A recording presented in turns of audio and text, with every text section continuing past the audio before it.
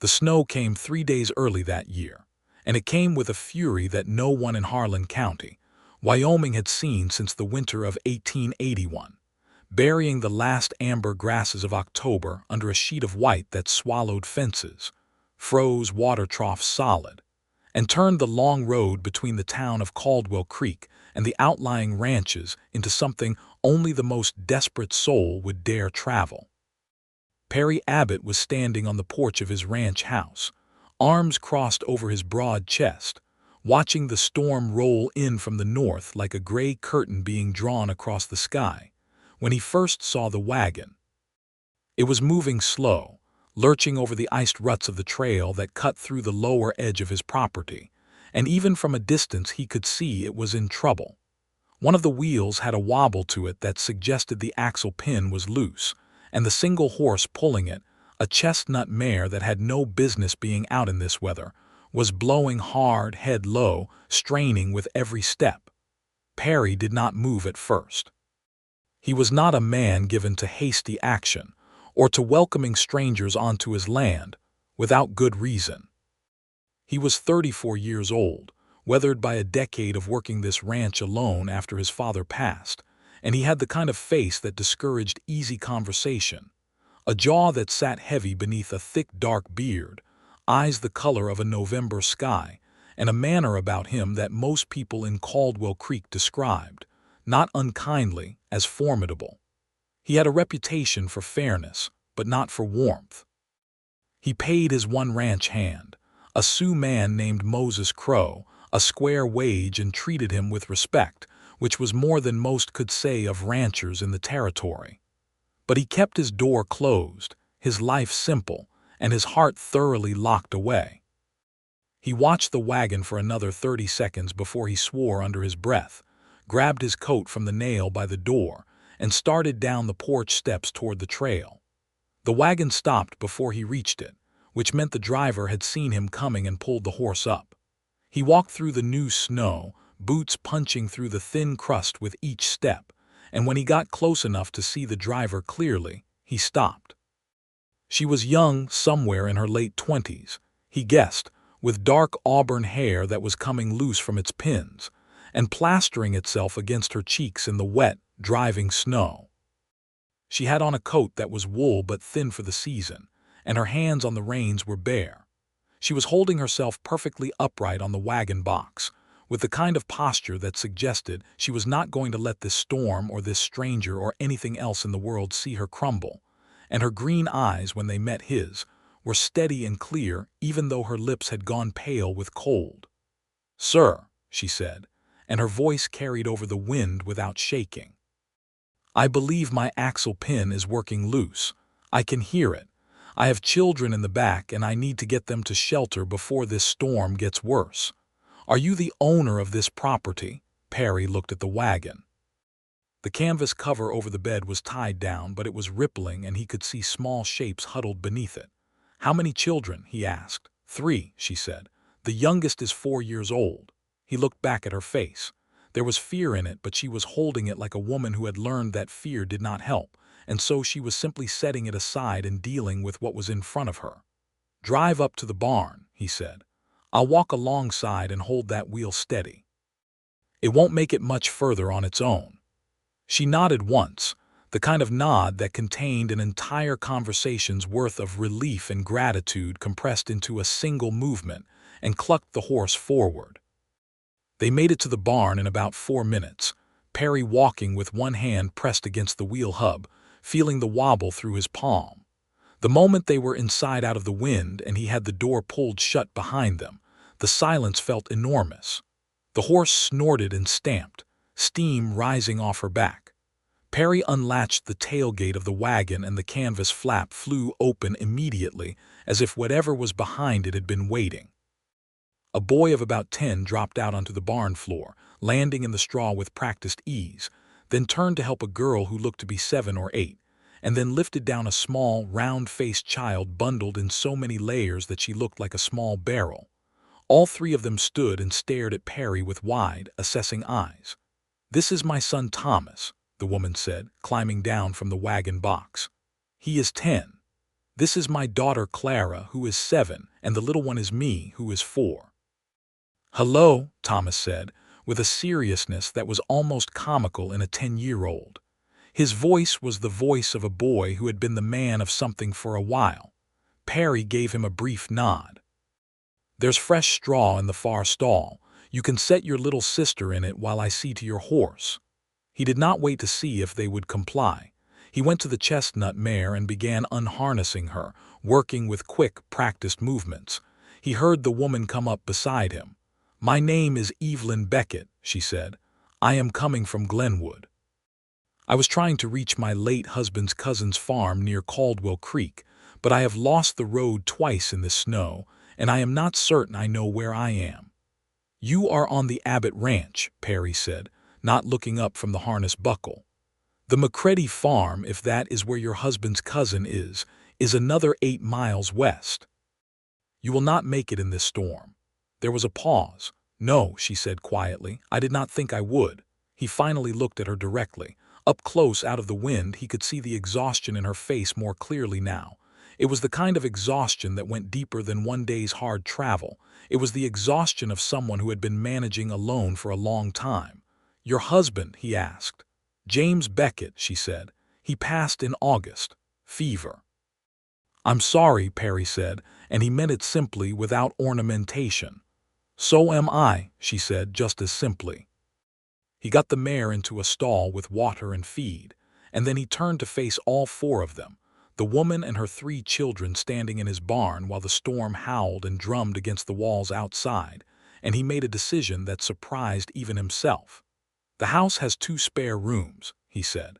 "They have not been used in some time, but they are clean and dry. You can stay until the storm breaks and the road is safe to travel." Evelyn Beckett looked at him for a long moment. "That is very kind of you, Mr. Abbott. It is practical," he said. "I would not send a dog out in this weather. Come inside." He was not trying to be cold. It was simply that he had learned, over many years of living alone, that calling things what they actually were was easier than dressing them up in softer language. He led them through the snow to the back door of the ranch house, stomping his boots on the step, and held the door open while they filed inside. The kitchen was warm from the stove he had stoked before going out, and it smelled of coffee and wood smoke and the venison stew he had started that morning. The children stopped just inside the door and looked around with the cautious, curious intensity of children who had learned to quickly evaluate new spaces. "Sit at the table," Perry said, moving to the stove. "I will get you something warm." He pulled bowls down from the shelf, more bowls than he usually needed, and ladled stew into them, then cut thick slabs of bread from the loaf on the counter. He set it all on the table without ceremony and stepped back. Evelyn had her coat off and was helping me out of her coat and boots. The little girl's cheeks were red and she was shivering still, but she was looking at the stew with an expression of focused longing that was almost funny. Clara sat primly at the table, watching Perry with serious dark eyes. Thomas stood near the door, hands in his pockets, trying to look like he was not as cold and tired as he clearly was. "Sit down and eat," Perry said to Thomas directly but without harshness. Thomas sat. They ate, and Perry sat with his own bowl at the far end of the table, and for a while the only sounds were the wind outside, the creak of the house, the fire in the stove, and the quiet business of hungry people eating. Me fell asleep in her chair before she had finished her stew, her head listing sideways until it rested on Evelyn's arm. Evelyn ate her own stew one-handed rather than disturb her. "She has been traveling since before sunrise," Evelyn said quietly, looking across the table at Perry in a kind of apology. "Children should sleep," Perry said. "It is not a problem." He showed them the 2 spare rooms after supper. One had a double bed and one had a narrow single. He had carried extra blankets from the chest in the hallway, and he lit the small iron stove in each room without comment. Evelyn put all 3 children in the larger room, me and Clara in the bed, and Thomas on a pallet on the floor, which Thomas accepted with the dignity of a person who was not going to complain. When Evelyn came back out to the hallway, she found Perry waiting, which seemed to surprise her. "Is there anything else you need?" he asked. "No," she said. "Mr. Abbott, I want you to know I am grateful, truly. I know this is an imposition." "It is not," he said. "Go to sleep, Mrs. Beckett. We will figure out the road in the morning." He turned and went back to the kitchen, and she stood in the hallway for a moment watching the direction he had gone, and there was something in her expression, something soft and careful, that she then put away and carried herself into the narrow room with the single bed and shut the door. The storm did not break in the morning. Perry was up before dawn, as he always was, and he went out to check the animals and assess the snow, and came back to find Evelyn already in the kitchen, having found the coffee beans and the grinder, and made herself useful without asking permission. The smell of fresh coffee hit him when he opened the back door, and he stopped for a moment in the doorway, surprised by something he could not immediately name, the specific quality of the warmth, perhaps, or the small change of someone else being in the kitchen which had been his alone for so long. "I hope you do not mind," she said, not looking up from where she was slicing more bread at the counter. "I cannot sit still when there is work to be done." "I do not mind," he said, and hung his coat. She looked at him then with those steady green eyes. "How is it out?" "Bad," he said honestly. 2 feet down and still coming. The road will be impassable for at least 3 days, maybe 5. She set the knife down and was quiet for a moment. Then she picked it up and went back to slicing. "Then I will make myself useful," she said. She did. That day and the next, Evelyn Beckett worked with a calm, unhurried efficiency that Perry found both impressive and slightly disarming. She cooked meals that were considerably better than what he had been producing for himself. She mended the curtain in the sitting room that had been hanging by a single remaining ring for 2 years. She organized the chaos of tin cans and dry goods on the pantry shelves with a quiet, practical logic that made him realize, when he came looking for salt, that he could now actually find it. The children spread through the house the way children do, carefully at first, then with increasing confidence. Clara had found his bookshelf and was working her way through it with a methodical seriousness that reminded him of her mother. Thomas had attached himself to Moses Crow out in the barn, following him around and learning the names of tools and the habits of the horses with a hunger for knowledge that Moses seemed to find genuinely enjoyable. Moses Crow was a quiet man who did not generally encourage company, but Perry noticed he had started explaining things to Thomas with the patience of a natural teacher, which was something Perry had not known about Moses in 3 years of working together. Me was the wild card. She was 4 years old and she moved through Perry's house like a small, benevolent tornado, appearing at his elbow in the barn to tell him she had found a mouse, reappearing at the kitchen table with her boots on the wrong feet, then showing up in the doorway of his study, a room he used for tallying accounts, to stare at him with round brown eyes and ask him what he was doing. "Accounting," he said. She considered this. "What is accounting?" "Counting money," he said. "Do you have a lot of money?" "Me," Evelyn said from behind her, scooping the child up. "We do not ask people about their money. I am sorry, Mr. Abbott." "She is 4, he said, and he was almost smiling, though he was not sure if Evelyn could see it. "It is a reasonable question." Evelyn carried me away, and Perry sat for a moment looking at the empty doorway. And then he picked up his pencil and went back to the accounts, and he was aware that the house felt different, fuller and louder and warmer in a way that had nothing to do with the stoves, and he did not know what to do with that awareness, so he ignored it. On the 3rd day, Moses Crow knocked on the kitchen door in the late afternoon and came in with his hat in his hands, which was unusual enough that Perry looked up sharply from where he was by the fireplace. "The sorrel mare is starting to show symptoms," Moses said. "Looks like the start of a respiratory infection. She needs to be watched overnight."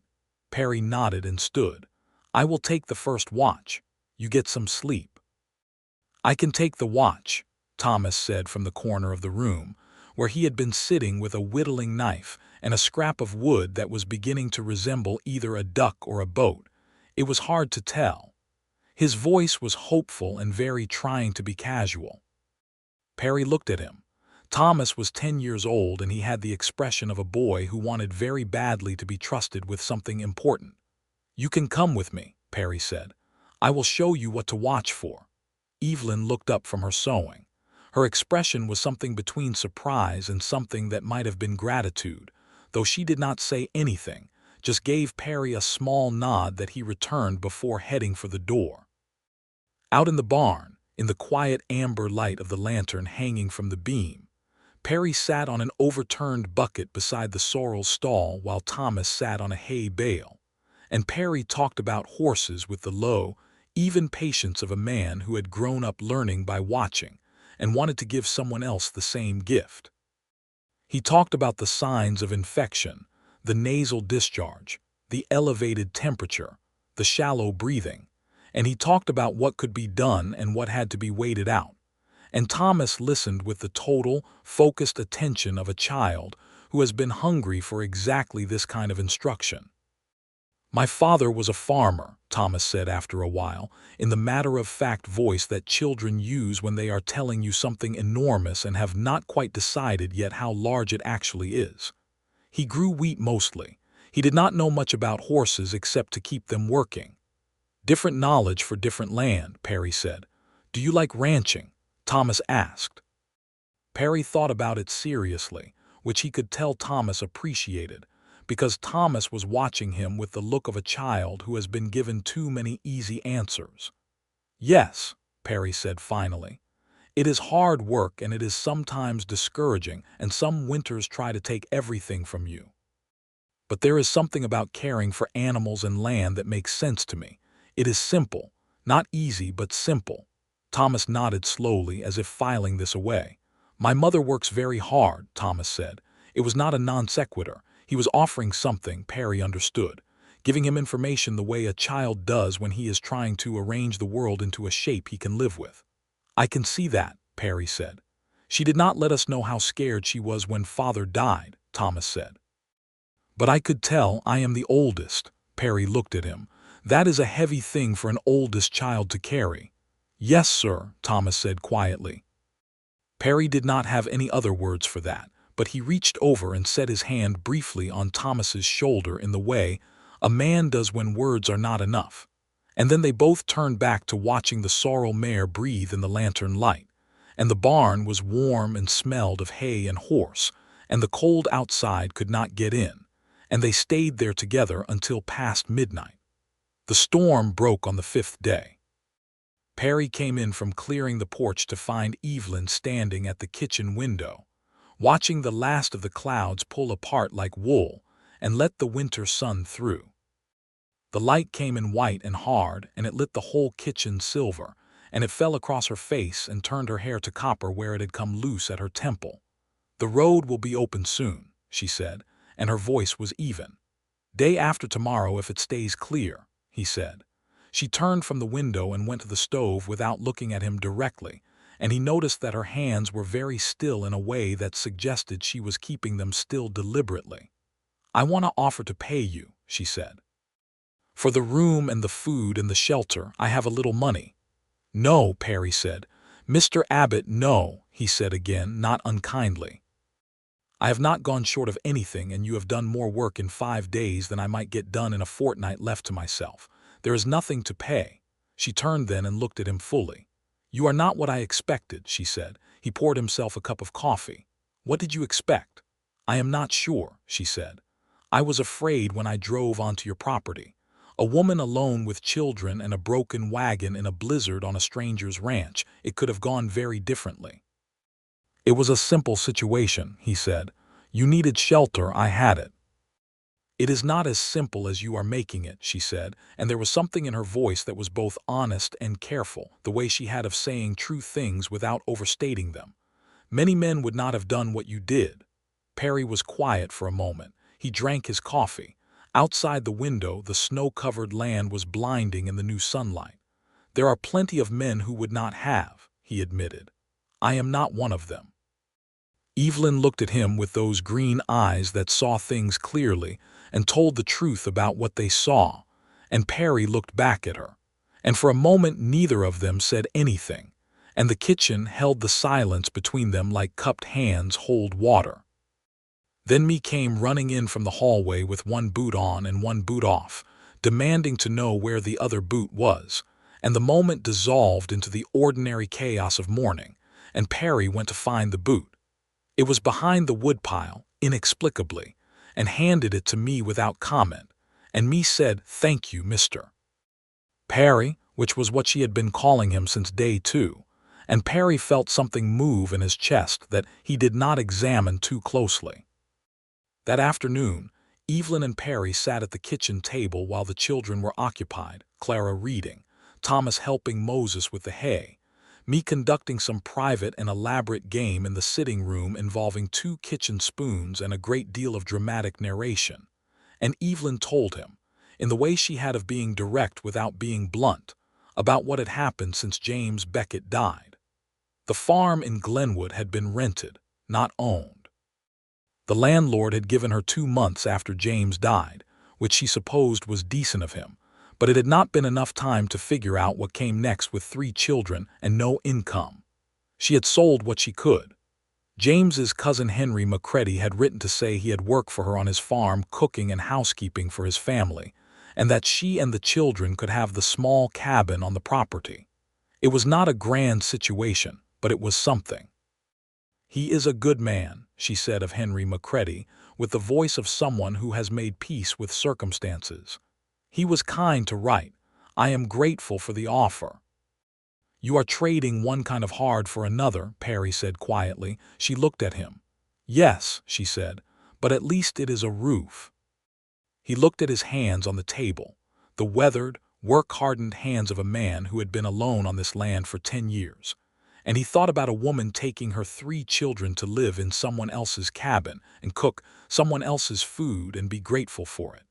And something in him that had been still for a very long time began to stir in a way that was both uncomfortable and entirely outside his control. "The road will be clear enough to travel by Thursday," he said, and he said it because it was practical and because it needed to be said, and not because he wanted it to be true. "Thursday," she said and nodded, and went back to the mending on the table in front of her and did not say anything more. That evening, Moses Crow found Perry in the barn at dusk, checking on the sorrel mare's progress, which was good. The breathing had eased and her temperature had come down. "She's improving," Moses said, crouching beside the stall door. "Yes," Perry said. Moses was quiet for a moment in the way he was quiet when he had something to say and was deciding whether to say it. "The woman," Moses said finally, "Mrs. Beckett." Perry looked at him. "She is steady," Moses said simply. "Not many women would be steady the way she is."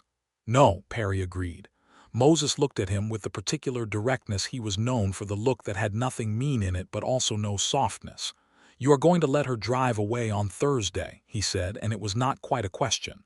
"That is her plan," Perry said. "What is your plan?" Perry did not answer immediately. He stroked the sorrel's nose and the mare blew softly. "I do not have one," he said finally.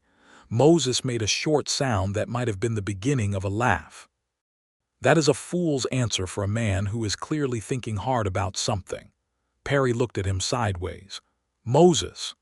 "I am just saying," Moses said, standing and brushing straw from his knees, "that this ranch is a large and quiet place, and it has been quiet for a long time, and it seems to me like maybe it needed some noise." He walked back to his small quarters at the far end of the barn, and Perry stood alone in the straw with the sorrel mare and the lantern light, and a feeling in his chest that he had not felt in so long that he had almost convinced himself he was the kind of man who did not feel it.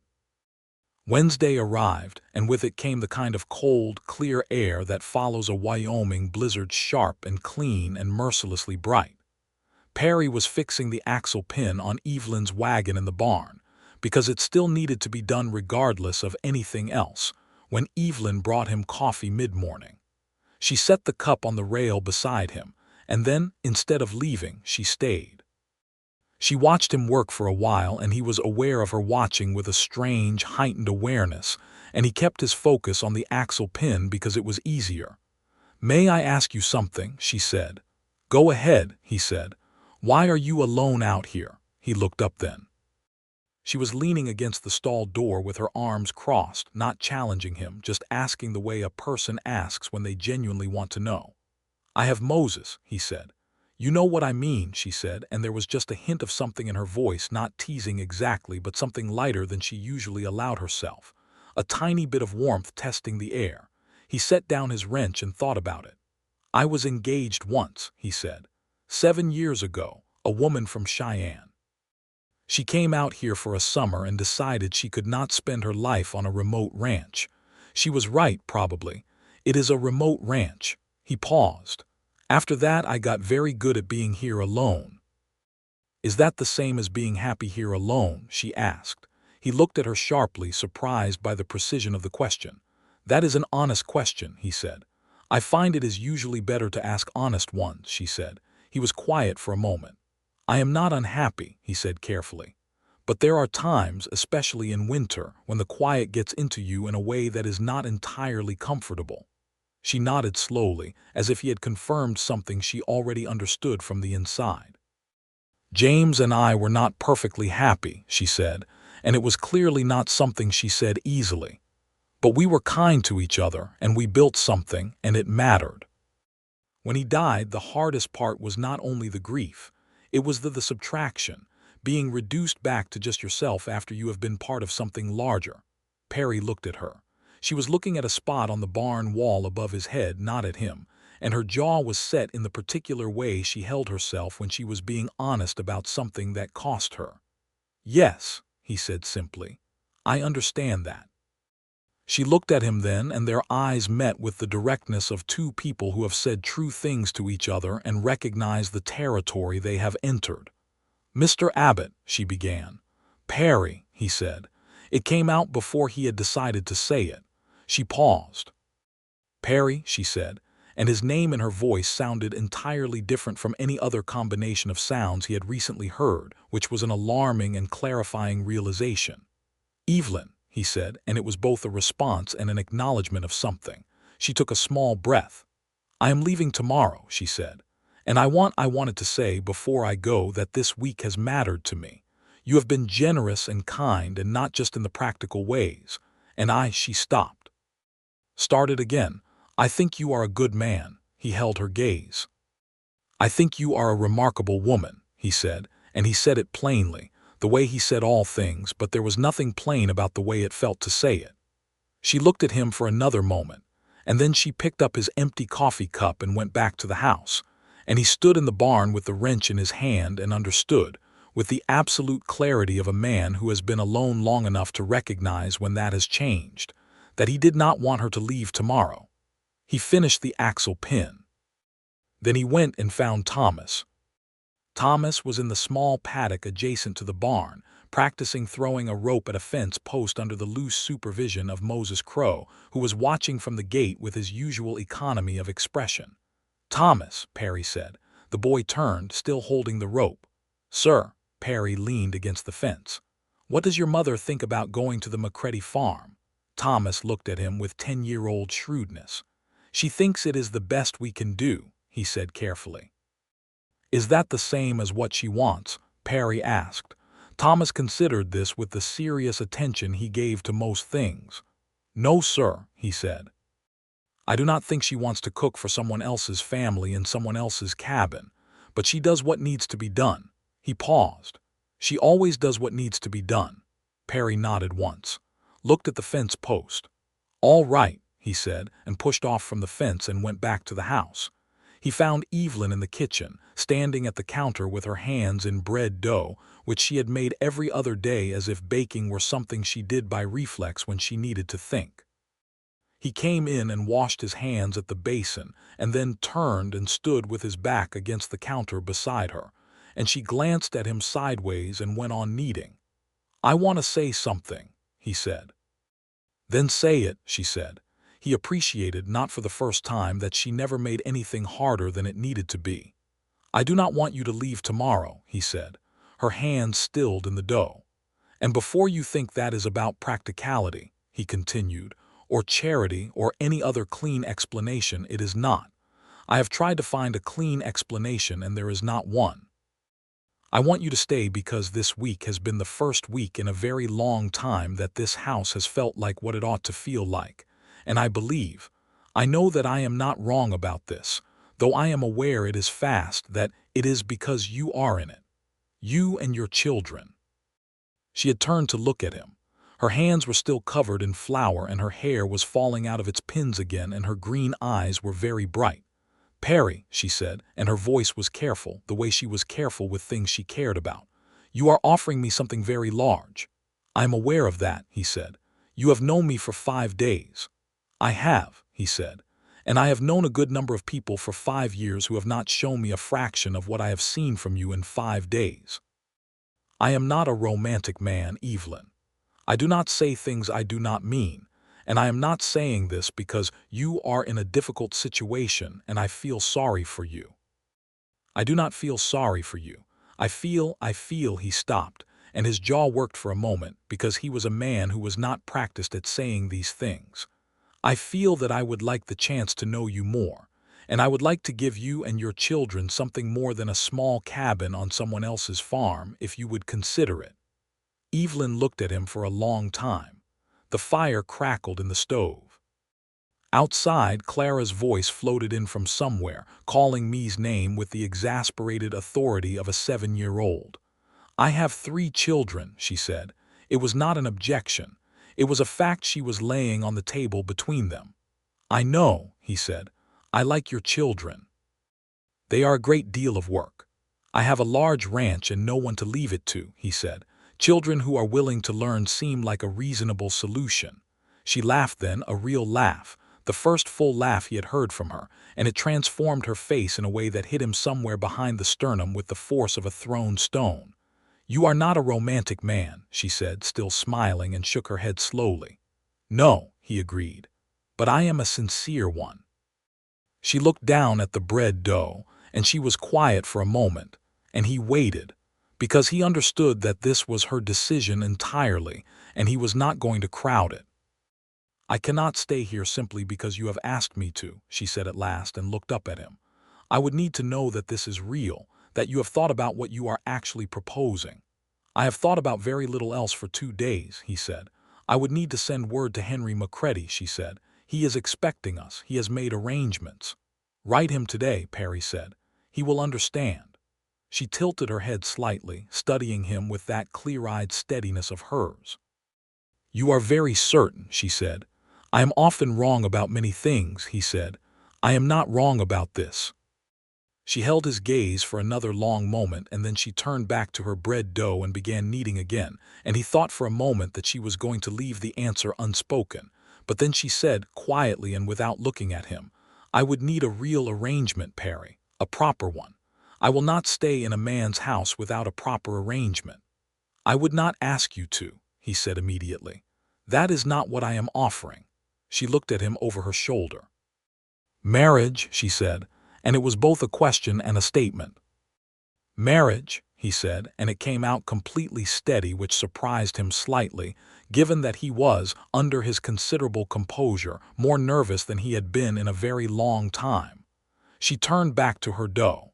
He could see the line of her shoulders tight and then, slowly, releasing. Give me until this evening to think, she said.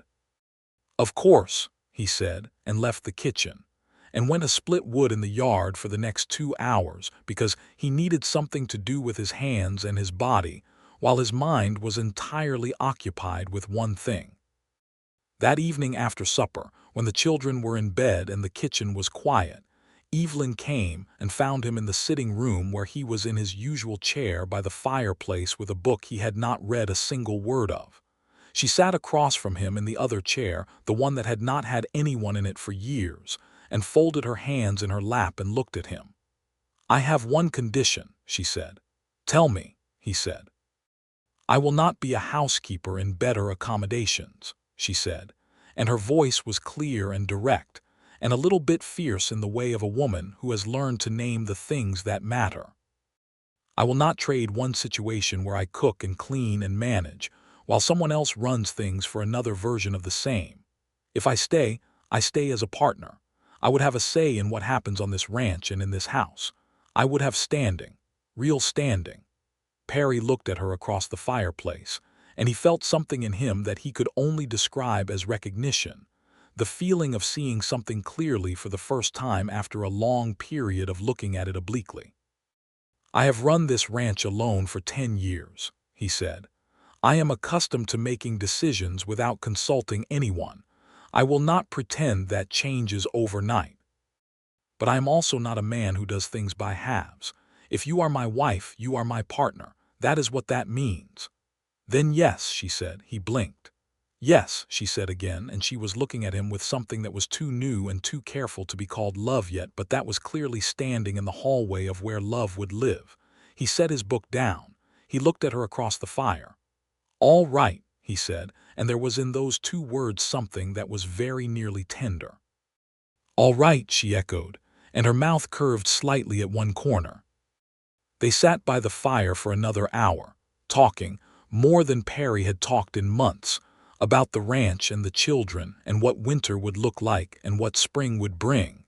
And it was the easiest conversation he had had in years. And when she finally went to bed, he sat alone in the firelight for a while and felt the shape of his life rearranging itself around him.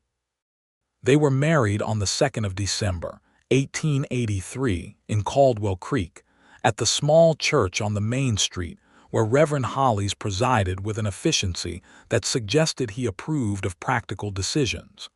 Moses Crow stood as Perry's witness. Clara wore her best dress and me wore 2 mismatched hair ribbons, and Thomas stood very straight and serious beside his mother during the ceremony.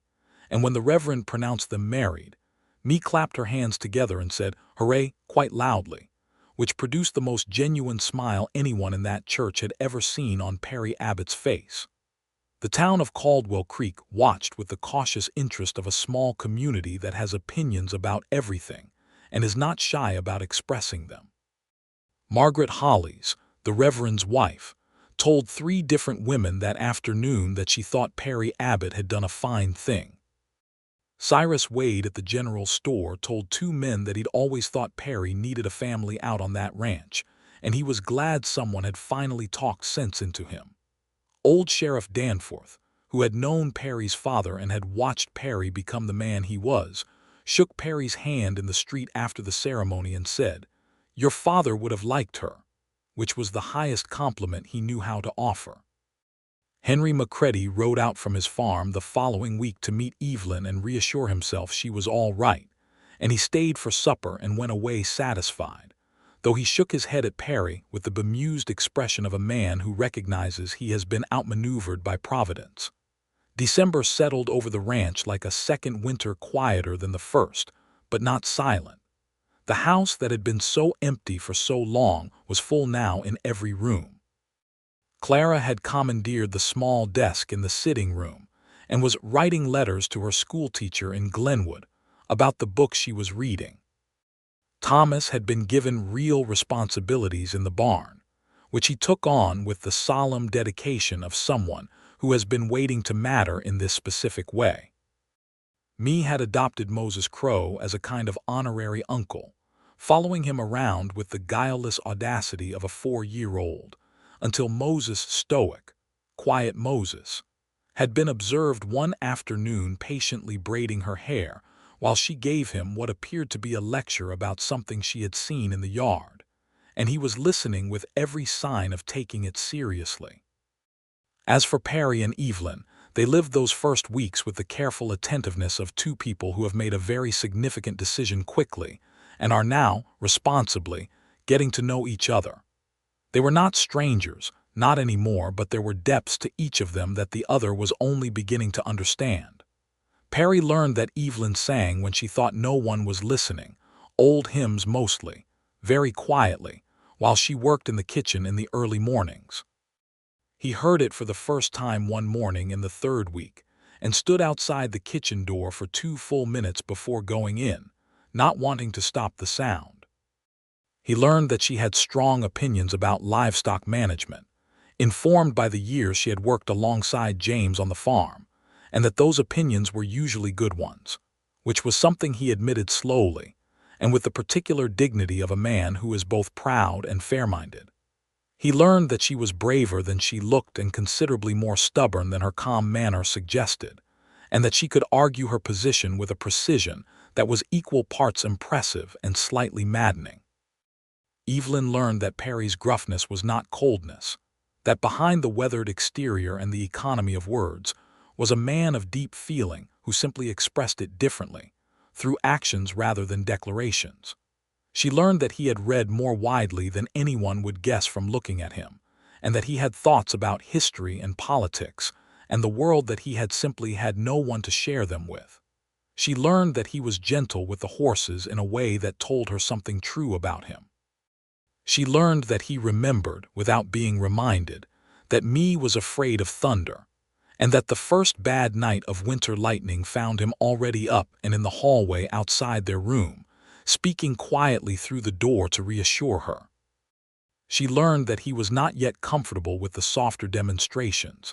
He did not easily reach for her hand or say warm things without occasion, but that when he did, when he said her name a particular way, or when he looked at her across the supper table with those gray eyes and something in them that was steady and warm and all the way certain, it was more than enough. Christmas came, the first Christmas she had not dreaded in months. Perry went into town the week before and came back with a small bundle from the general store that he carried up to his study and closed the door, which caused me to stand in the hallway and whisper to Clara that she thought there were presents in there, which caused Clara to give her a superior look and say she had already figured that out, which caused Thomas to shake his head at both of them with the weary affection of an older sibling.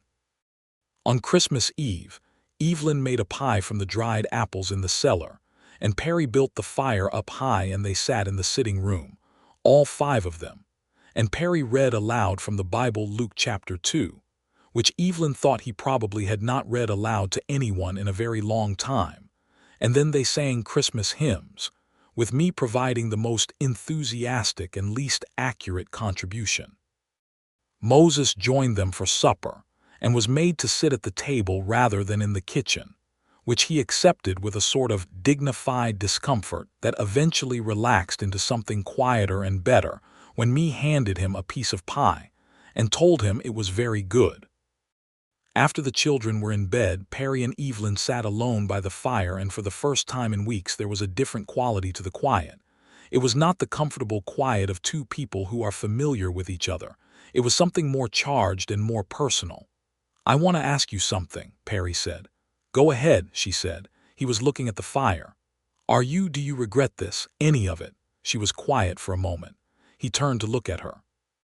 "No," she said, and the word was simple and completely whole without qualification or caveat. "No, Perry, I do not regret any of it." He held her gaze. "Good," he said, and then, with the deliberateness of a man who is choosing to do something he would not normally do, he reached across and took her hand where it rested on the arm of her chair and held it. His hand was large and very warm and slightly rough, and hers fit in it the way things fit when they were made to go together. They sat like that for a long time, not speaking, while the fire burned down and the ranch was quiet all around them, and the snow sifted down outside the window, and Evelyn let her head rest back against the chair and felt something unlock in her chest that had been locked for a very long time. Since before James died, she realized, perhaps since even before he got sick, and Perry held her hand and watched the fire and felt, for the first time in a very long time, that the word home meant something more than a building. January brought with it the full brunt of Wyoming winter, the kind that tested everything, the roofs and the fences and the animals and the people.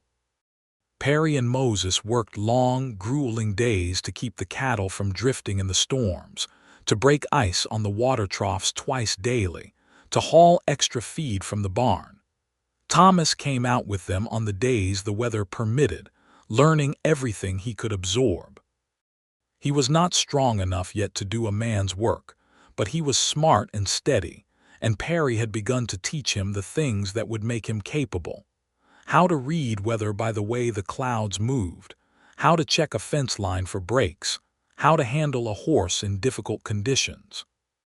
One afternoon in mid-January, Perry found Evelyn standing at the window watching Thomas and Moses come in from the field, her face doing something complicated. "He is going to be all right," Perry said, coming to stand beside her. "I know," she said. "He will be better than all right," Perry said. "He has a gift for this kind of work. He is patient and he does not panic." "He never panicked," she said softly, "even when his father died. He just went quiet and then he started doing what needed to be done." She paused. "He deserves to be a boy. He has been trying to be a man for too long." Perry looked at her. "He can be both," he said. "There is room here for both." She looked at him sideways, and there was so much in her eyes in that moment, warmth and relief, and something deeper that had been building slowly since December, and was now clearly not inclined to stay behind the careful boundary she had given it. He turned toward her slightly, and she turned toward him, and the afternoon light from the window was the pale gold of a winter sun, and it lay across both their faces. And Perry lifted one hand and pushed a loose strand of her auburn hair back from her face with a gentleness that was entirely at odds with everything about his exterior. And she looked up at him, and the distance between them stopped being a distance. He kissed her for the first time with the same quality he brought to everything important, with intention and care, and nothing withheld. And she kissed him back with the full force of a woman who had been holding herself in careful suspension for 2 months and was done doing that. When they separated, her cheeks were flushed, and her eyes were very bright, and he was looking at her the way a man looks at something he has needed for a long time and has now found and does not intend to lose. "There," she said, and there was a lifetime of feeling in that single syllable. "Yes," he said, and his voice was different, something more open in it, something that had not been there before. From the direction of the hallway came the unmistakable sound of Clara saying to me, "I told you so," in a deeply satisfied tone, followed by me saying, "What did you tell me?" in genuine confusion, followed by Clara saying, "Never mind," in the lofty voice of someone who has just been proven right about something significant. Perry and Evelyn looked at each other, and then both of them laughed, and it was the laugh of two people who are together and know it. February was hard in the way that February in Wyoming is always hard, the cold relentless, the light thin, the days short. But the ranch house was warm, and the people in it were finding their shape as a family with the small daily negotiations and adjustments that are the true architecture of a shared life. There was the morning Thomas came in from the barn and reported, with careful understatement, that one of the fence posts in the north pasture had gone down, and there were about 30 head of cattle wandering in the wrong direction. And Perry and Moses saddled up in the gray 6 o'clock light while Evelyn had coffee and breakfast ready when they came back 3 hours later, cold and irritable and successful. And they sat at the table and ate without talking much. And that was a family too. There was the evening Clara read aloud from the novel she was working through, a somewhat lurid adventure story that she had found on Perry's shelf, and Perry corrected her pronunciation of several words without making her feel embarrassed about it. And Evelyn watched this happen with something full and warm moving through her chest. There was the afternoon Perry came into the kitchen with his hand wrapped in a cloth, having caught it on a wire in the barn, and Evelyn cleaned and bandaged it with the efficiency of a woman who has dealt with ranch injuries before, and they sat at the kitchen table while she worked, her hands on his, and neither of them said very much. But when she tied the bandage off, she held his hand between both of hers for a moment and looked at him, and he looked back, and that was its own kind of conversation. There was the Sunday morning when they all went into Caldwell Creek for the church service, the 5 of them in the wagon with a lap robe over the children in the back, and Evelyn sat beside Perry on the box, and the air was cold but windless and bright. And he reached over without looking at her and pulled the lap robe from the children and laid it across both their legs, because her coat was thinner than it should be, and he had noticed. And she looked at his profile against the winter sky and thought about the particular form of love that is made of being noticed and attended to by someone who does not say much but sees everything. In March, the first real thaw came. Water ran in the yard, and the horses were restless, and the light changed, softening from winter's hard white into something with warmth in it. And Perry began planning for spring calving with the particular energized focus of a rancher who has been waiting for the land to come back to life. He sat at the kitchen table one evening with his maps and his ledger and his lists, and Evelyn sat across from him with her own list of what needed doing in the house and the garden when the ground softened. And they worked separately but together for 2 hours, occasionally asking each other questions or sharing observations. And it was one of the most ordinary evenings either of them had ever spent, and one of the best. "I am going to need to hire another hand for calving season," Perry said, not looking up from his ledger. "What sort of person?" Evelyn asked. "Experienced with cattle, reliable, not a drinker." Evelyn was quiet for a moment. "There is a man in town, Jacob Rays. He helped Henry McCready the spring before last, and Henry spoke well of him. He is looking for work, I heard from Mrs. Holly's last Sunday." Perry looked up. "You keep your ears open." "Always," she said, and there was a slight smile at the corner of her mouth. "Can you write to Henry and ask him for a proper reference?" Perry asked. "I already sent a note last week," she said, "because I thought you might ask." He looked at her for a long moment. "You are a remarkable woman," he said, which was the same thing he had said to her 5 months ago in the kitchen before they were married, and she remembered it. He could tell by the way her expression changed. "You said that before," she said. "I was right before," he said. "I am still right." Jacob Rays arrived at the beginning of April, a lean, capable man in his mid-30s who had been working cattle ranches since he was 14, and who came with Henry McCready's enthusiastic written endorsement. He settled into the small bunkhouse adjacent to Moses's quarters with a minimum of fuss, and within a week he was integrated into the rhythm of the ranch as if he had always been there. He was good with the horses, better with the cattle, and he had a quick, dry humor that drew even Moses out occasionally. The calving season was brutal. It always was 3 weeks of round-the-clock work, cold nights, difficult births, and the specific heartbreak of a calf that does not make it no matter what you do. Evelyn was out there with them more than Perry had expected or asked, carrying lanterns, helping with difficult deliveries, making coffee that was hot and ready at all hours. There was one night at 2 in the morning when they lost a heifer that had been struggling since sunset, and Perry came into the barn from outside where he had been for 6 hours and sat down heavily on a hay bale, and Evelyn came and sat beside him without saying anything. And the silence between them was the particular silence of people who share something important and do not need to describe it. He turned his head and looked at her, tired and cold and more honest in his face than he ever was in the daytime, and said, "Thank you for being here." "There is nowhere else I would be," she said. He put his arm around her then, and she leaned into him, and they sat together in the barn while the horses shifted and the night wind moved outside. And it was, despite everything, despite the exhaustion and the loss of the heifer and the cold, it was good. By the end of April, 43 calves had been born on the Abbott Ranch, which was the highest number in 5 years. Perry stood at the fence of the east pasture, watching them move through the spring grass with Moses beside him, and he felt the particular satisfaction of someone who has fought something hard and come out the other side with something to show for it. "Good season," Moses said. "Better than good," Perry said. Moses looked at him sidelong. "She knew about the salt lick placement," he said. "The cows on the north side did better because of where she suggested we move the lick." Perry had known this. He nodded. "She knows more than she lets on," Moses said. "She knows exactly as much as she lets on," Perry said. "She just waits until she is sure before she says it." Moses made that sound again that might be the beginning of a laugh. "She is a good match for you," he said, simply and without decoration. "Yes," Perry said, "she is." May brought green to the land in a rush, the way it does in Wyoming, as if the earth has been holding its breath all winter and now breathes out all at once.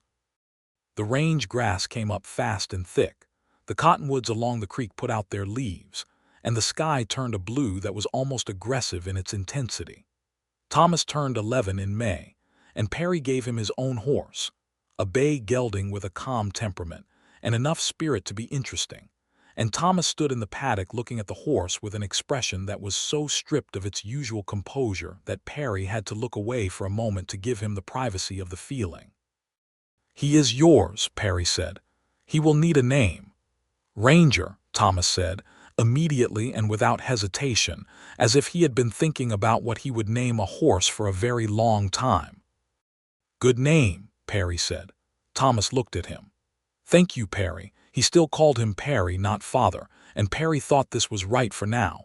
They were still finding the edges of what they were to each other, and Perry did not want to rush Thomas toward a word he might not be ready for. But Thomas looked at him when he said it with something in his eyes that said more than the name did, and Perry gave him a nod that said he understood. Summer came in warm and full, and the ranch was loud with the sounds of it.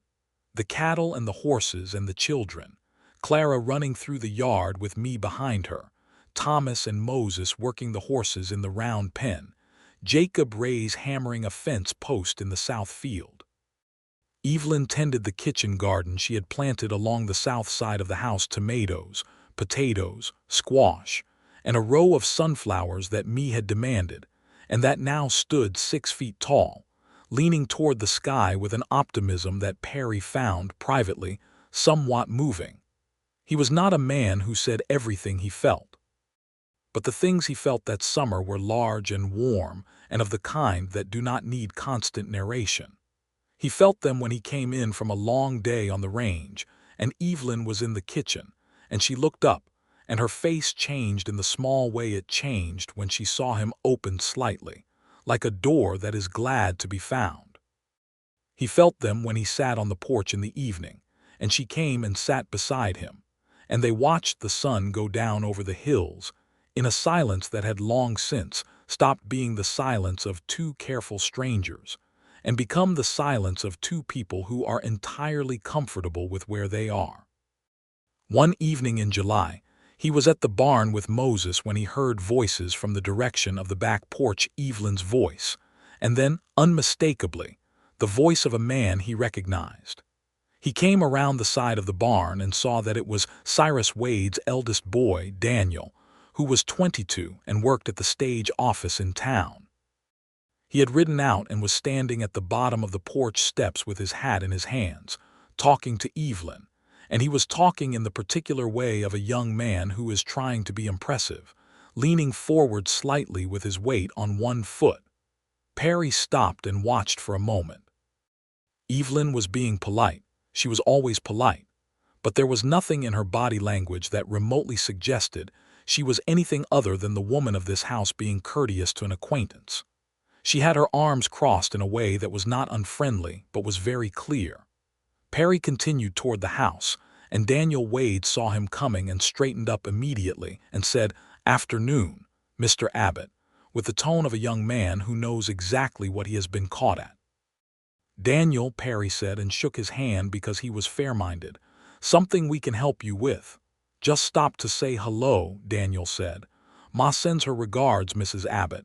"Thank you," Evelyn said. "Please tell her I will come for the quilting circle next Friday."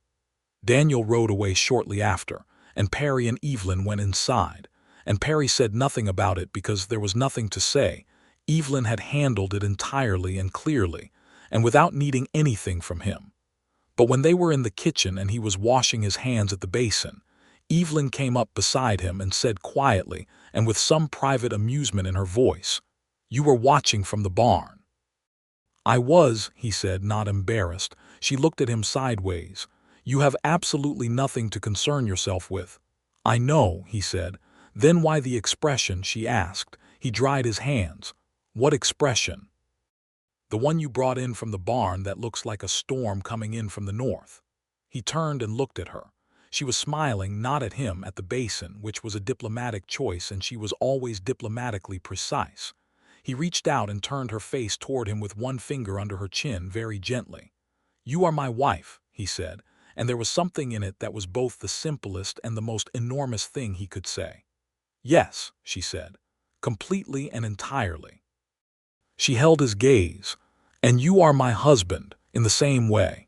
He kissed her and she kissed him back, and the summer evening settled around the ranch house like a benediction. August brought a letter from Evelyn's sister in Missouri, a woman named Ruth who had not been able to travel to the wedding, and with it came an invitation for Evelyn to bring the children for a 2-week visit before the end of summer. Evelyn brought the letter to Perry the evening she received it and laid it on the table and looked at him. "You should go," he said immediately. "It is 2 weeks," she said. "Your sister has not met the children. You have not seen her in over a year." He looked at her. "Evelyn." "Go," she looked at him steadily. "You will be difficult to manage without." "I will be irritable and eat badly," he agreed, "but I will survive." She went and took the children, and Perry spent 2 weeks being exactly as irritable as he had promised, and eating badly and working from before dawn until well after dark, and missing her with an intensity that surprised him, because he had expected to miss her as one misses something comfortable. And instead he missed her the way a man misses the specific person who makes the world make sense. She came back on a Thursday evening in early September, the wagon pulling up to the house with all 3 children hanging off the sides of it, and Evelyn on the box with her hair coming loose in the wind, and her face lit with the particular glow of someone who has had a good trip, and is also very glad to be home.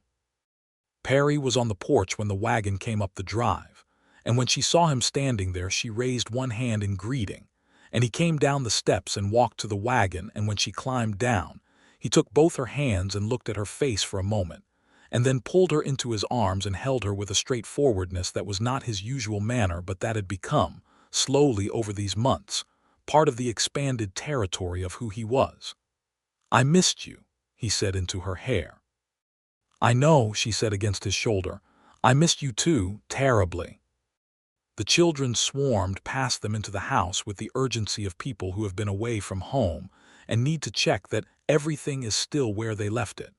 And Perry and Evelyn stood in the yard in the September evening and held on to each other for a moment longer, and it was both simple and complete.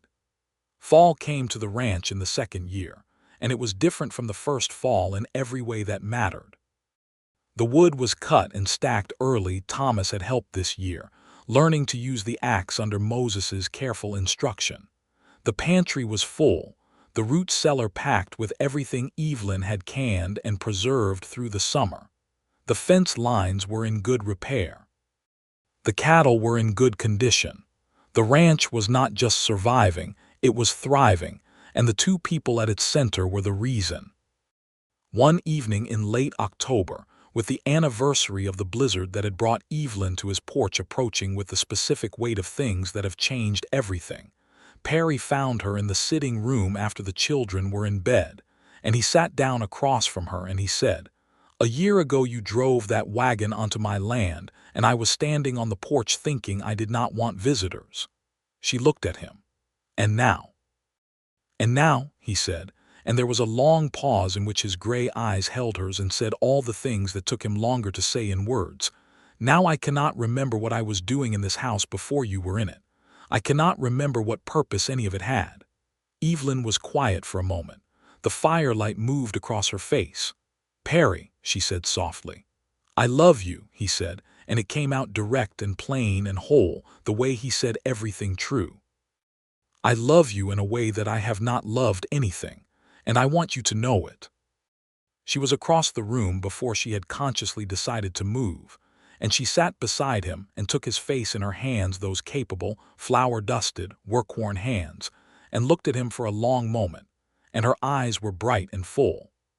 "I love you," she said, and she said it with the full weight of a woman who does not say things she does not mean, who had been careful and measured and considered, and who was now laying something entirely real at his feet. "I love you, Perry Abbott, and I have loved you.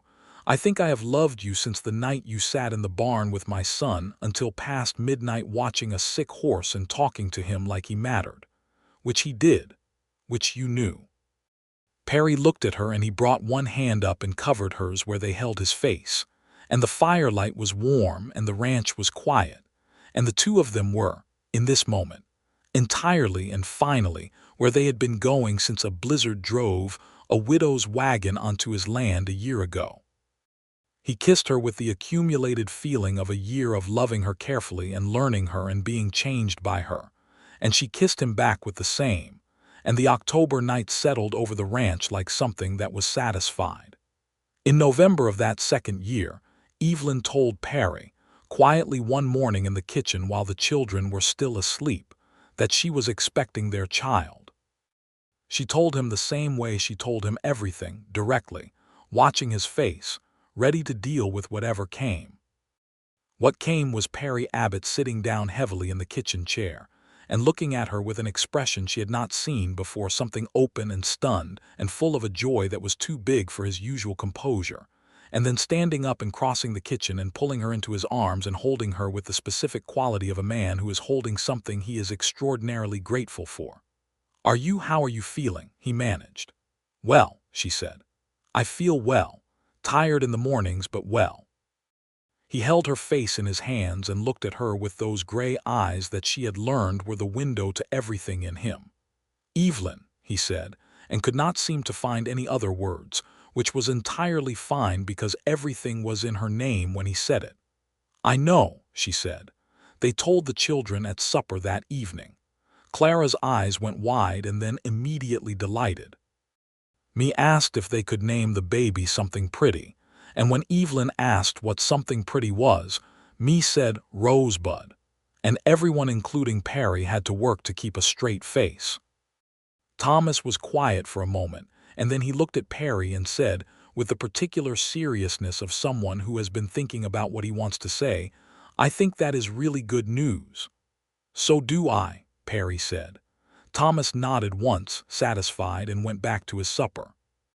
The spring of the third year on the Abbott Ranch brought two things of enormous significance: the calving season, which was again successful, and Evelyn going into labor on the 17th of April in a room full of morning light while Perry sat on the bench outside the bedroom door and tried not to look like a man who was very frightened, which he was, and mostly failed.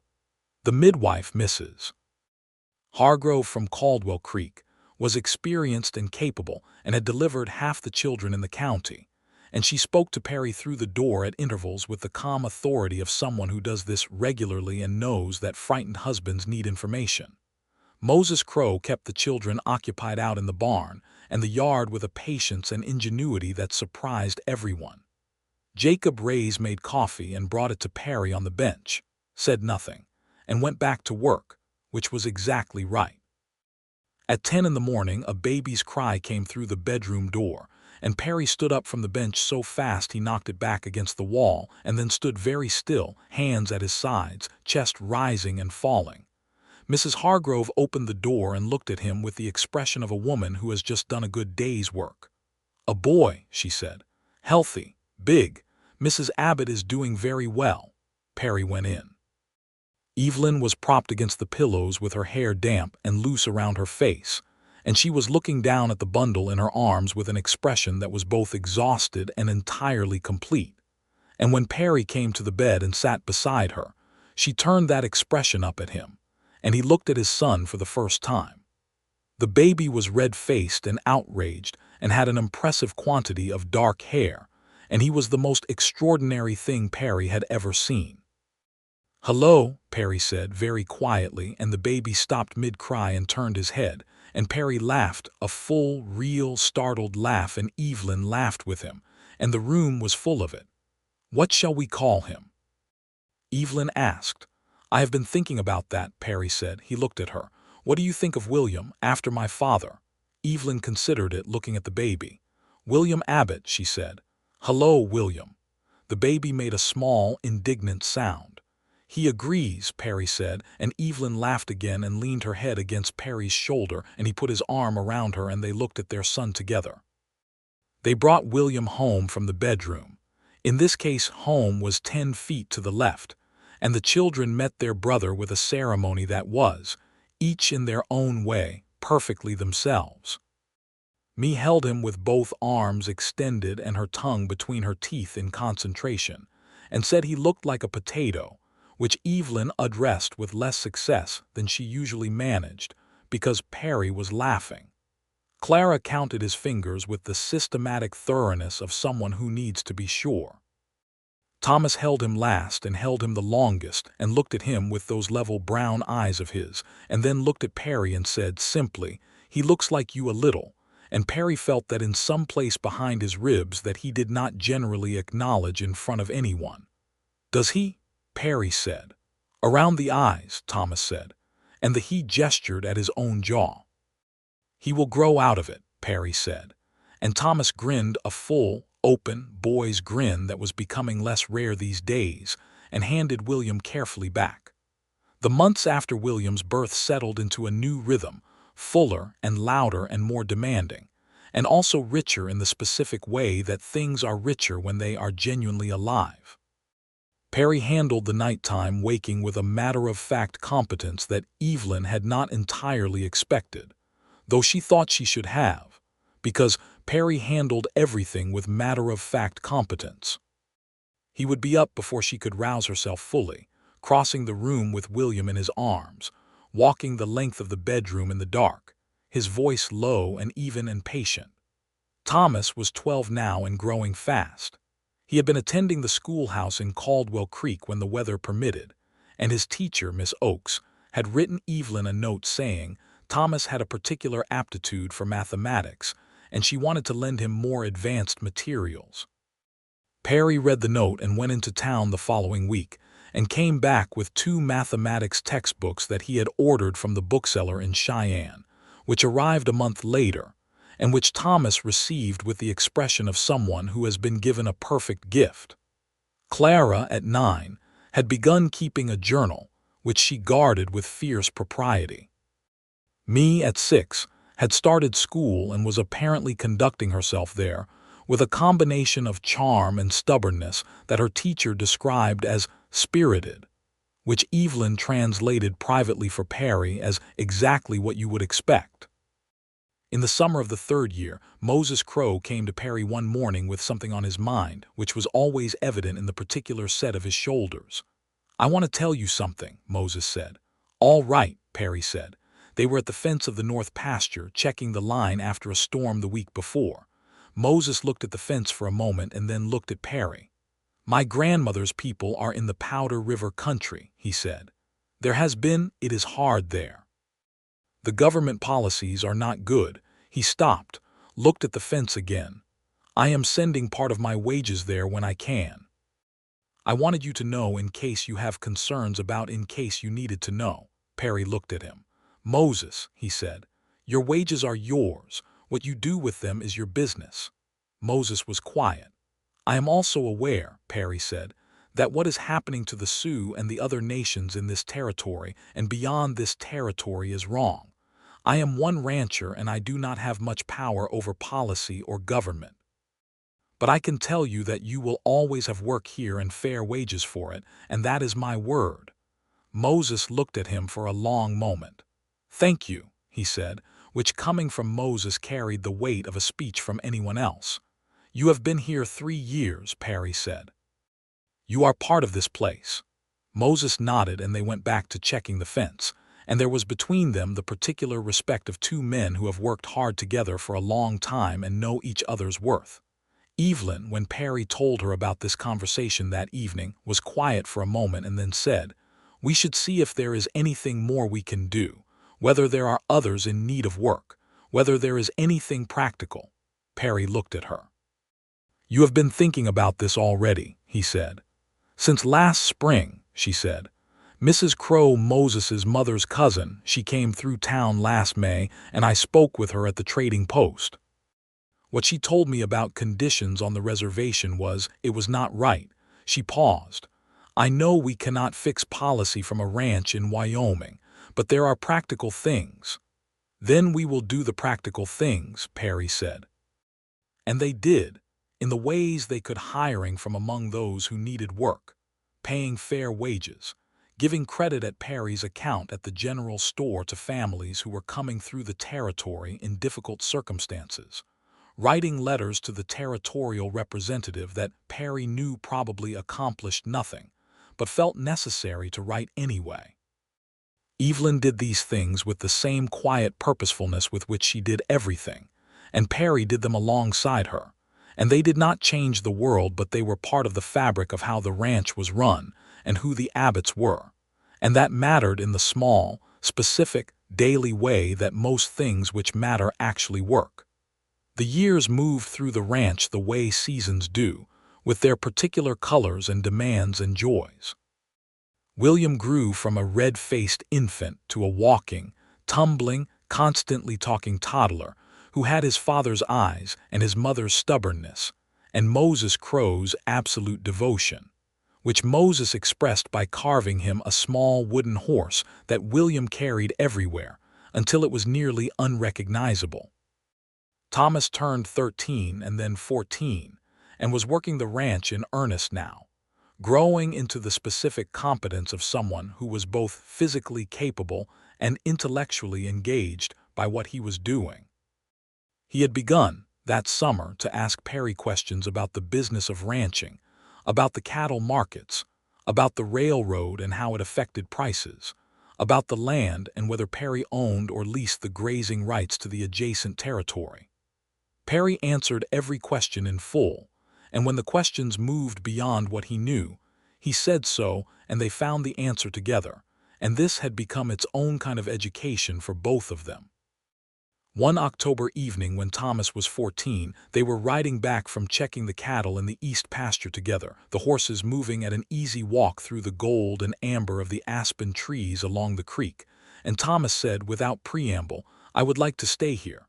When I am grown, I mean if that is all right." Perry looked at him sidelong. "This is your home," Perry said. "I know," Thomas said, "but I wanted to say it properly. That I would like to be part of what you are building here, if you'll have me." Perry was quiet for a moment. The aspens moved above them and the light came through in pieces, dappled in gold. "Thomas," he said, and his voice was lower than usual, "I want to ask you something, and I want you to know you can answer honestly whatever the answer is." Thomas looked at him. Would you want to be my son, formally, by law?" Perry kept his eyes on the trail ahead, giving Thomas the privacy to think.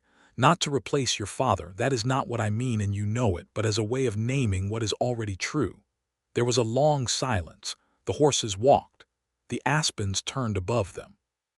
"Yes," Thomas said, and his voice was very steady and very young at the same time. "I would want that." Perry nodded once, kept looking at the trail, but his jaw was working the way it did when he was feeling something large and keeping it inside. "All right," he said. "We will make it legal in the spring."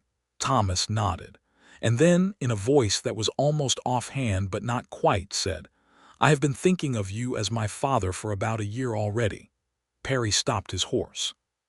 Thomas rode 3 steps ahead before he noticed and stopped too, and they looked at each other across the autumn trail, and Perry said, in a voice that was rougher than usual, "So have I for about as long."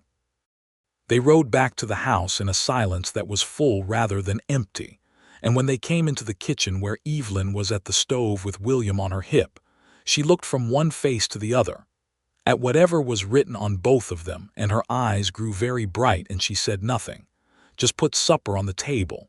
And when Perry passed her on his way to wash up, he put one hand briefly on her back, and she leaned into it for a moment.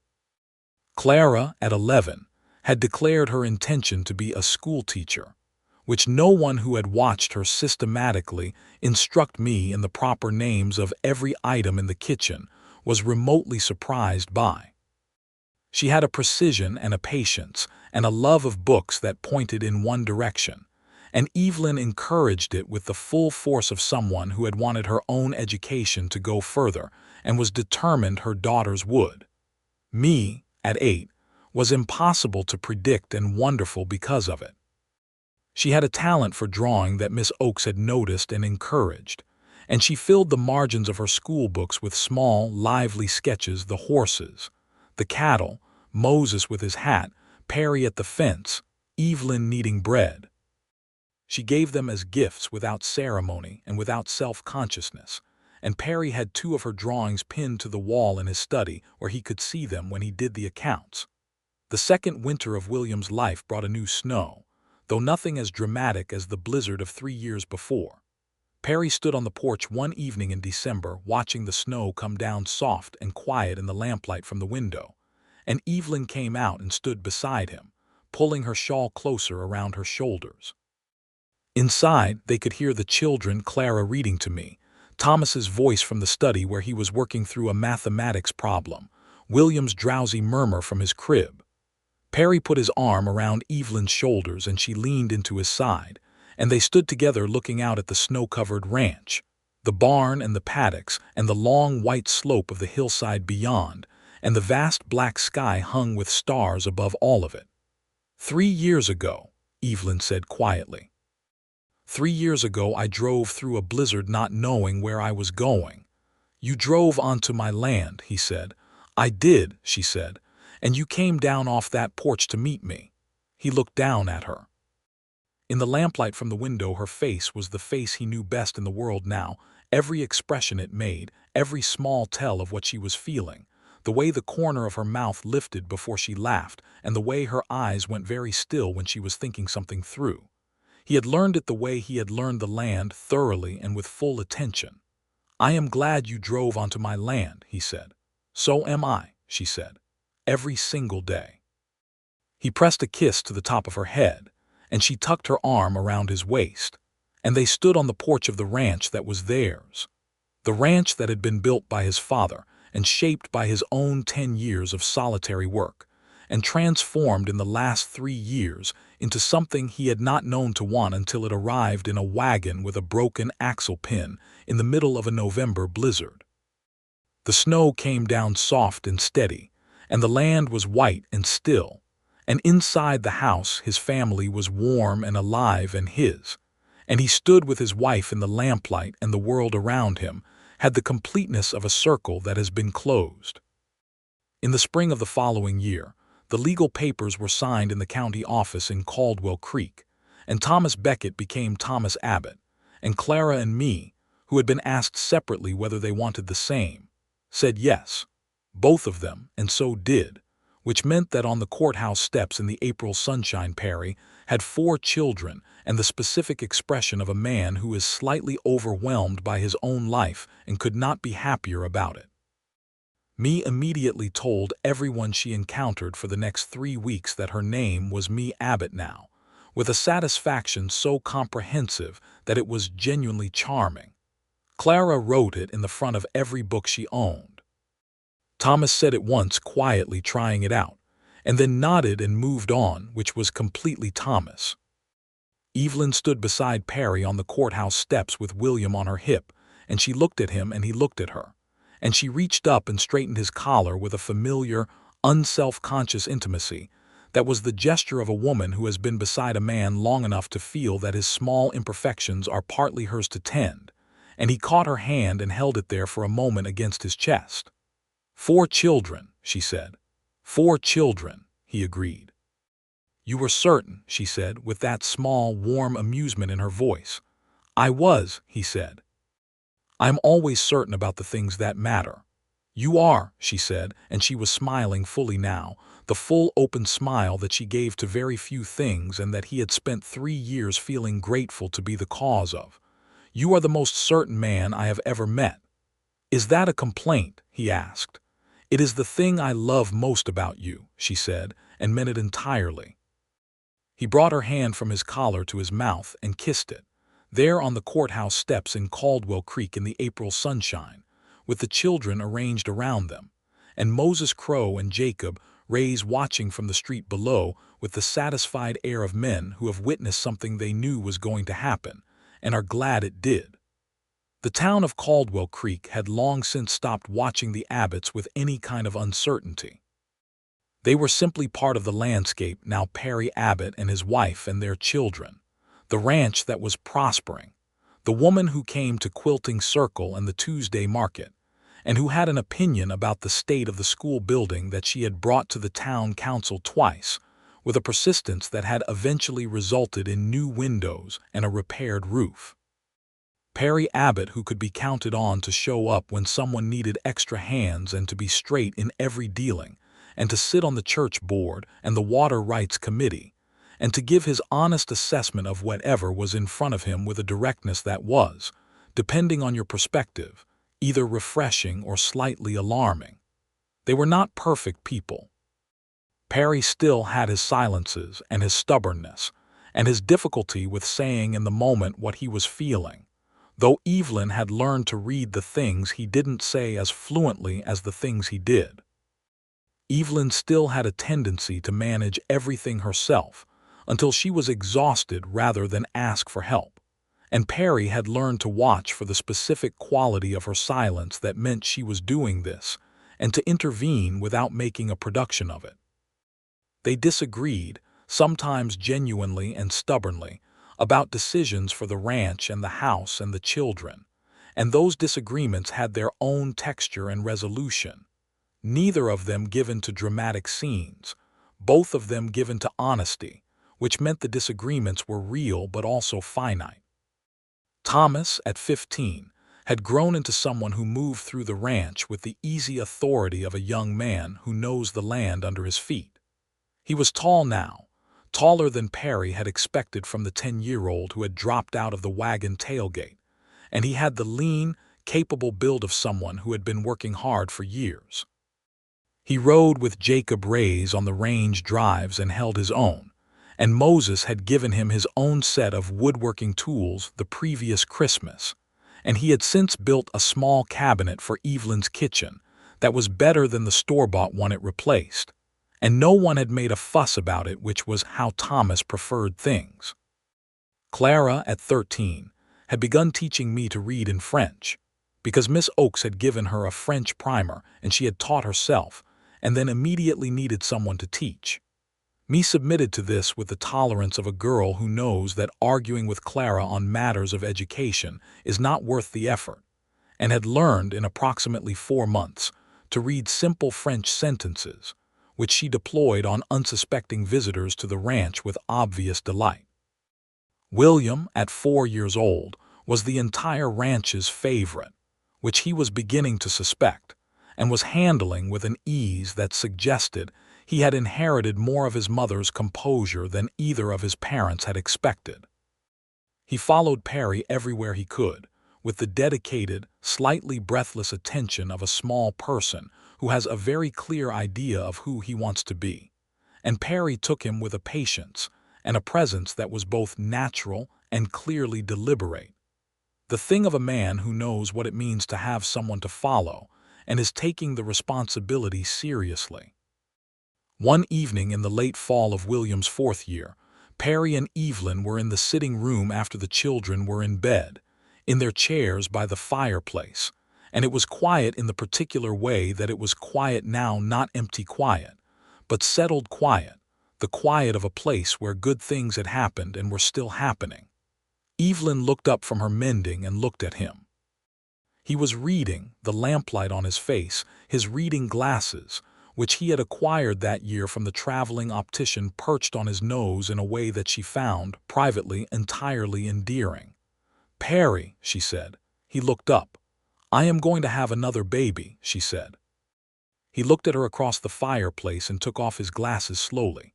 His eyes went from surprise to something deep and warm and full. "When?" he asked. "June," she said.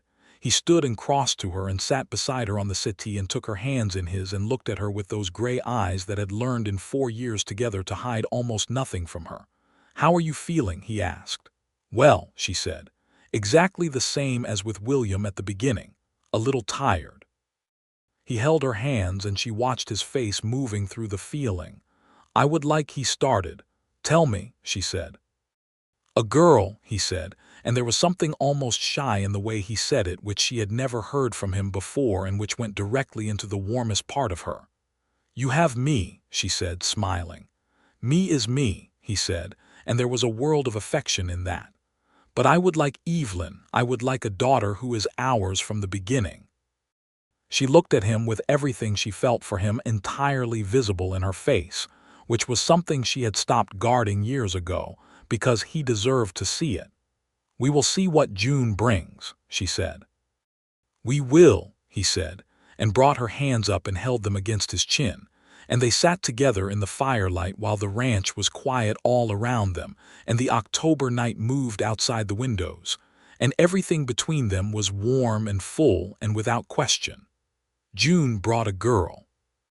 She arrived in the early morning while the ranch was just coming light, and she came into the world with a seriousness and a focus that the midwife said she had not seen before, and that Evelyn recognized immediately because it looked exactly like Perry. Perry held her for the first time standing by the window in the morning light, and his face was the face of someone who has been given something perfect. Ellen, Evelyn said. It was the name she had kept quietly in herself for 4 months, and she offered it now the way she offered things she cared about, simply and without ceremony. Perry looked at her. Ellen, he said. After no one in particular, Evelyn said. Just because it is a good name. It is a good name, he said, and looked back at his daughter. Hello, Ellen. Thomas, who was 15 and 6 feet tall and not given to displays, came in and looked at his new sister with the expression of someone who is trying to look objective and failing completely. She looks like you, he told Perry, which was the same thing he had said about William, and Perry looked at him with a warmth that had nothing to do with composure. William met his sister with the immediate and total conviction that she was something that had been made for him to look after, which was an instinct Evelyn filed away quietly with the knowledge that this was going to be interesting. Clara was already planning Ellen's education with a thoroughness that suggested Ellen would be reading French by age 3 and perhaps Latin shortly after. Me drew a picture of the baby that same morning, a quick, lively sketch that captured something true about the round face and the serious expression, and gave it to Perry without a word, and Perry pinned it on the wall beside the other two. That summer, the summer Ellen was born, was the summer Caldwell Creek got its first proper schoolhouse, a building rather than the single converted room it had been using, and it was partly because of a petition that Evelyn had circulated and argued for before the town council over the course of 2 years. The night the vote passed, Perry told her in the kitchen that he was proud of her in the specific and complete way he said things, and she looked at him and said, "We both wrote letters," which was true, and he said, "You organized the letters," which was also true. The schoolhouse was finished by September in time for the fall term. Clara started that term as a student teacher's assistant, which was the beginning of what everyone already knew was going to be her life's work. Thomas rode in twice a week for the advanced mathematics course that Miss Oakes was now running. Me, at 9, went to school with the same unpredictable energy she brought to everything, and her sketches now hung on the schoolhouse walls where Miss Oakes had put them without asking permission, because they were simply too good not to display. Perry and Evelyn brought Ellen to the schoolhouse opening in September, and they stood in the new building with the sun coming through the new windows and the smell of fresh-cut timber and the children's voices, and Perry looked at Evelyn in the way he had looked at her since the beginning, steadily, thoroughly, with the full attention of a man who is still finding things to see. "You did this," he said quietly. "We did this," she said. He put his arm around her, and Ellen, bundled between them, blinked in the light and did not complain. In the years that followed, the Abbott Ranch grew and changed the way things grow when they are tended with care and worked with intelligence. Thomas, at 18, was given a formal share in the ranch. Perry drew it up with the lawyer in Caldwell Creek, a real legal document, because Perry Abbott did not do things by half, and Thomas received it with the same quiet, contained significance with which he received everything that mattered, and shook Perry's hand and then, for the first time in 8 years, called him father. And Perry, who had spent 8 years not pressuring that word, heard it and had to look out the window for a moment. Clara, at 16, went to the Teachers' College in Cheyenne, with a scholarship that Miss Oakes had fought for on her behalf and Evelyn had supported by writing to the college 3 times. And she went with her head full of French and mathematics and literature, and the particular certainty of a girl who knows exactly where she is going.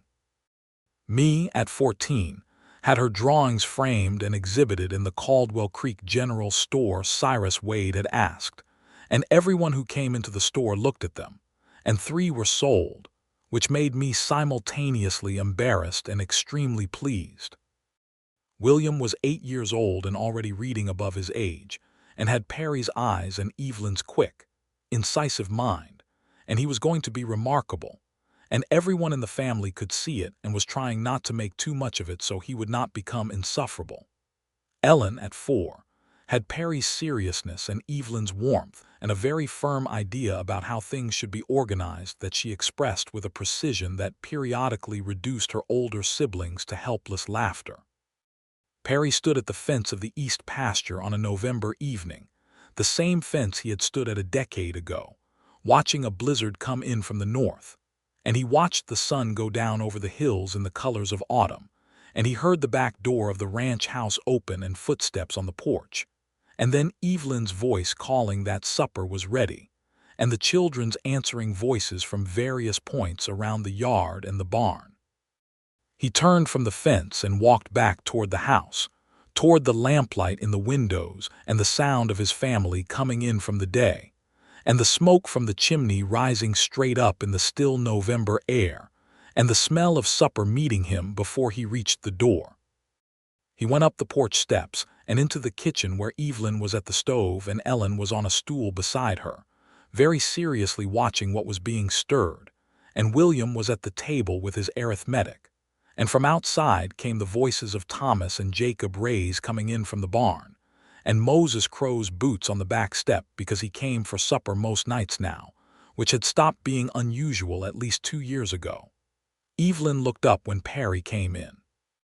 "I thought you had been swallowed by the fence," she said. "The fence is fine," he said. "And you?" she asked, with the specific quality she had of asking a simple question that contained a larger one. He looked at her across the kitchen, across the room that had been the first place she had made herself at home in his house, all those years ago, with her hands in bread dough and her hair coming out of its pins.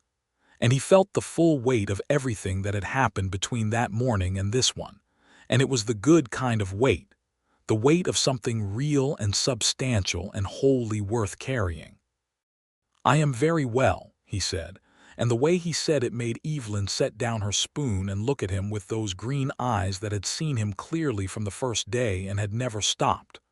"Good," she said, and smiled and turned back to the stove. He hung his coat. He washed his hands. He sat at his place at the table, and William looked up from his arithmetic and showed him the problem he was stuck on, and Perry looked at it and showed him where the error was, and William's face did the thing it did when something clicked into place. Thomas came in from the barn with Jacob Rays and Moses behind them, and the kitchen filled up with people and noise, and the smell of supper, and the low early dark of November outside the windows. Evelyn brought the pot to the table and served, and Perry looked around at every face in turn, Thomas, with the quiet competence of the young man he had become, me's lively eyes and quick hands, William's intense focus, Ellen's small, serious face above her too large chair, Moses, spare and steady, Jacob, easy and capable. And Evelyn, his wife, the woman who had driven a broken wagon onto his land in a blizzard and never left, and he felt, in the simplest and most final way, that this was what his life was made of, and that there was nothing more he had ever wanted and nothing less than everything he had been given. "Grace," Evelyn said, looking at him. He looked back at her. He bowed his head, and the ranch was warm and the family was together, and outside the November night was coming in cold and clear, and inside everything was exactly as it should be, and Perry Abbott, who had spent 10 years learning to be alone, had spent these years learning something far better. He had learned how to be home,